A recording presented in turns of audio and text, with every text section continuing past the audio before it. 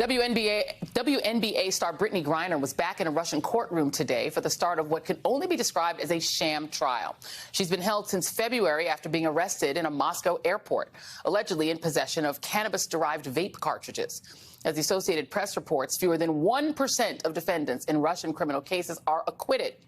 Griner's family, the sports world, and her fans are all pushing for President Biden to increase pressure on Vladimir Putin to release her.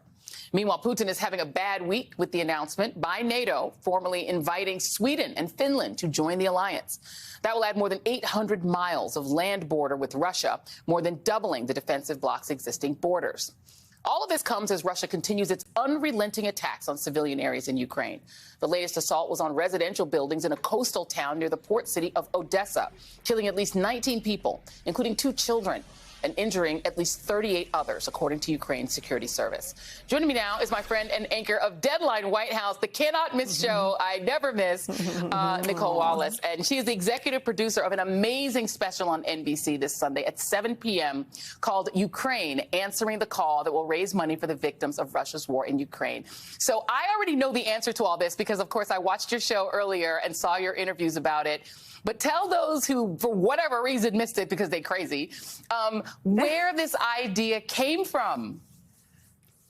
So, listen, you and I have armchaired the demise of our own democracy. And for some reason, that made me feel more pain watching the war in Ukraine, where they were living their lives, you know, they were getting in their steps and juggling work and life 126 days ago. And their, you know, heinous autocratic neighbor, Russia, came in illegally and without any pretense upended the lives of not just the military, but every civilian.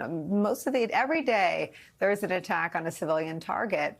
And we grope around for some area of consensus in this country, and we don't even agree on the importance of living in a democracy anymore here. Yeah. So there was something about Ukraine, and support for Ukraine is in the 90s. There are not that many things that we don't even have that number of support in our country for protecting our own democratic traditions. Sure. So there was something about working on this one thing that maybe unites people who don't otherwise agree. So I said to my husband, do you think I could do like a We Are the World? And I don't know anything about music, and I don't know anything about that kind of television. And I started making calls, and one call led to another, and it miraculously came together.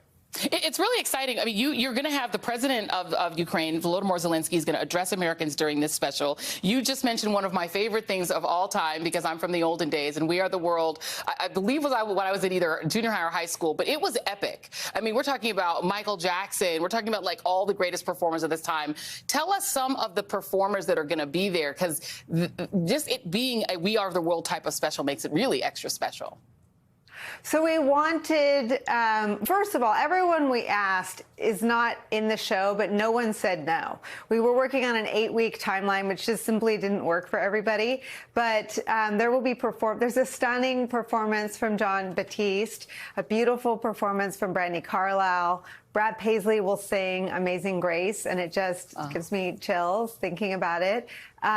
There's a wonderful Broadway ensemble. The music is really magical. And then there are people from music, from film, from television, who all come in and really deliver the messages and tell the stories the way we do on our newscasts. But there's something about reaching people, you know, on a Sunday night when they're not sort of armored up for the news, where we hope the stories. We were in Ukraine filming for about 4 weeks, and there are some beautiful stories. There's a rapper who's now on the front lines, a filmmaker who's on the front lines. So just putting a face and a human side to the people fighting and tragically, in many instances, dying to save their own democracy.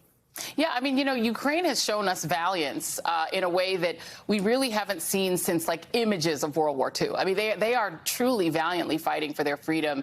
We hope that we can just get a little bit of that spirit here to fight for our democracy, and I think it's great that you're going to highlight it. But I heard a really fun story did you come up with this idea while you were in the drive-thru with your kid, like going to get food? Is this true? This is a rumor. I was at the Chick-fil-A drive-thru on our way to baseball game or practice with my two dogs and my husband, and I called Brad Paisley, and he was on speaker in the car with dogs barking and my son protecting his chicken from the dogs and sort of shouting through the car, "Hey, how would I do? We're the world." And Brad is one of the nicest human beings. And so he said, "Oh, call my friend David Wild." And I started making calls in the car. You know how it is, right? We're always juggling. And so your car is like an office. Totally. And fries falling everywhere. Okay, very important question before we go to break. Which dipping sauce? This is an important question. Totally. There's only one answer: Chick-fil-A sauce.